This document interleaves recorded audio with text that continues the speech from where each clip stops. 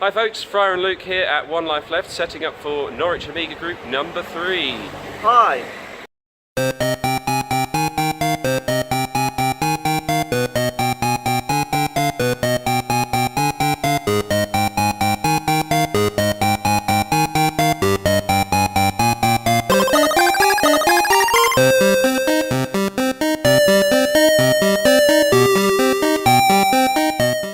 The event's in full swing, so let's go and see what everyone's up to. Just came outside, somewhere a little bit quieter to start the recording.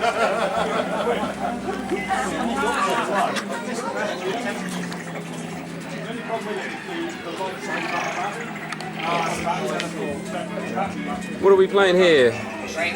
This is Pinball Fantasy. This is the Partyland table. Sweet, and I assume this is Graham's CD32? Yes. That's not funny! I don't think I'm doing very well. Okay, so It's not easy. I haven't played this for a lot of years. My memory is fairly fuzzy, to be honest. I don't think I played a lot of the pinball games, but I certainly had a few.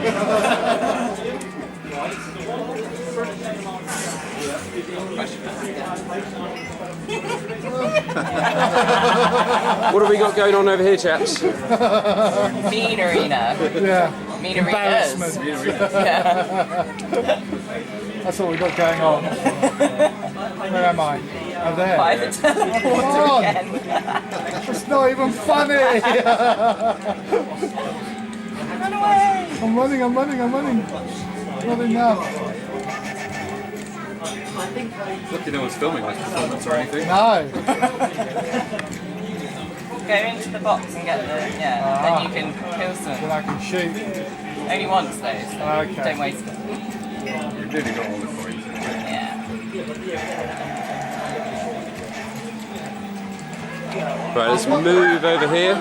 There's a whole row of Amigas in a line. Isn't that a nice sight? We've got this My 600 down here playing Lotus 2.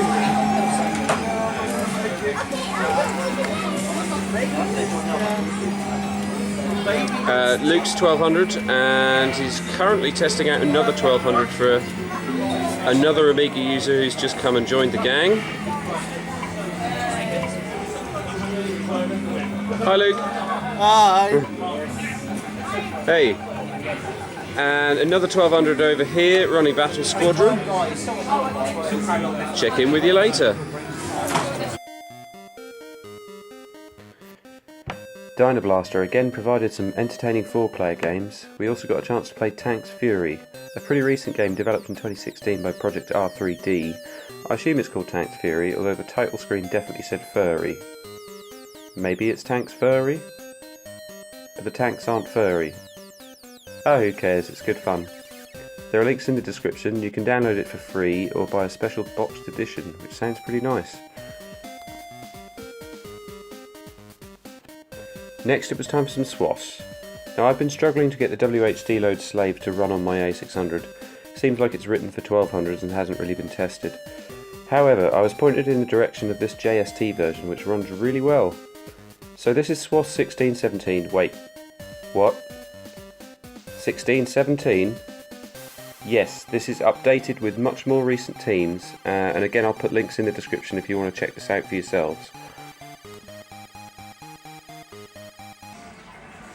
So I'm here with Gary Skipper, legend of the Norwich retro gaming scene.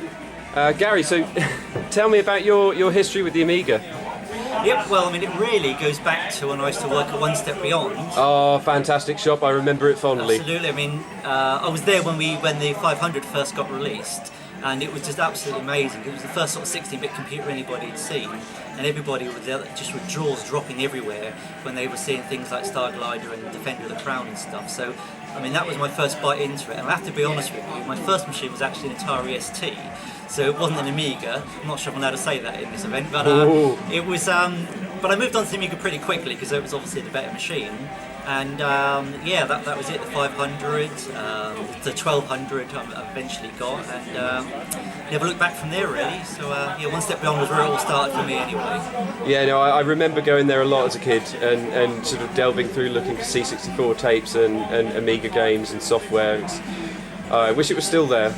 It's definitely missed. I was gutted when it closed, but I guess everything comes to an end at some point. But I was there from the beginning, and it was nice to see the 8-bit, the 16-bit, and the other machines available. So I got to see the best of it, I reckon. So tell me about your more up-to-date, your setup on your 1200 these days. Yeah, well, the 1200 I've got at the moment, which I take to the Norwich Gaming Festival as well as to One Life Left, is basically a stock 1200. I bought a GoTech drive a few years ago, and I mean that's amazing really. I mean, I've got that loaded up with lots of ADFs, and that does really well. It's nice to be able to bring both commercial games and homebrew games, and AJ stuff as well. And I've also got a 2.5-inch hard drive inside, which I use WHD load. That gives us a little bit of flexibility with some of the games as well. Unfortunately, because I don't have the extra RAM, I am limited to the games I can run on there. So it tends to be 1 or 2 disc games. But with WHD load and with GoTech, I pretty much have a good selection of games, and always goes down really well with the visitors to both the shows. So that's what it is at the moment. Great, yeah, I mean, having the two solutions, you know, if there's a WHD load slave that's not working, you can just go the GoTech route, so that's fantastic. Yep, absolutely, yeah. I mean, I don't know whether it's the files on the GoTech, but there are certain games which won't work on the GoTech, and I use WHD load for them and vice versa. I can't load many games that are more than maybe 2 discs on WHD load anyway, so in that case it's over to the GoTech. Okay, you do have to swap the discs over with the buttons, but you know, it's certainly a little bit easier than having to physically eject the disc and put the discs in each time as well. Yeah. So, no, it's good. And okay, finally, what's your favourite Amiga game? Favourite Amiga game? Well, that's a difficult one really. I mean, I absolutely love Banshee as an AJ game. I mean, I used to love 1942, and that to me is a really competent shooter. I've been playing it with Graham here as a 2-player, and we had a really good time on it. So that's probably my best one. I've liked Speedball 2 is a favourite. I'm not a football fan, but Speedball 2 is great fun with 2 players, nice and violent, and it's not quite as technical as the footy games. So even though I'm wearing the Sensible Soccer t-shirt, Speedball 2 and Banshee are probably my 2 favourites. Great. Well, thanks very much for taking the time to talk to me. No problem at all. And I'm sure we'll all see you for your next Norwich 8-bit Retro Gamers event. Yep, 23rd of September. Looking forward to that as well, and the Amiga will be there as well. So, and I might have a surprise for anybody who's visiting that as well. So, yes. Well, thanks very much. No problem at all. It's good speaking to you. Norwich 8-bit Stage 2 is on Sunday 23rd of September at 4:30, also at One Life Left. Sounds like Gary has some exciting stuff planned for that, and even more going forward. Lastly, another new game, Pong 4, developed by Kobe, I'm probably butchering that name, sorry, and Jojo73 on graphics. This will run on an A500, supports 4 players with a 4-way joystick adapter, is looking pretty good so far. I understand it's still under development, so whilst there were some criticisms of its scoring system making 4-player games last a long time, it's certainly a great effort. Check it out in the description.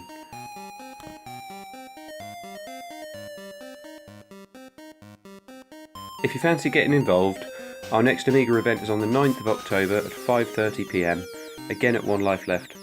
Thanks for watching and see you next time.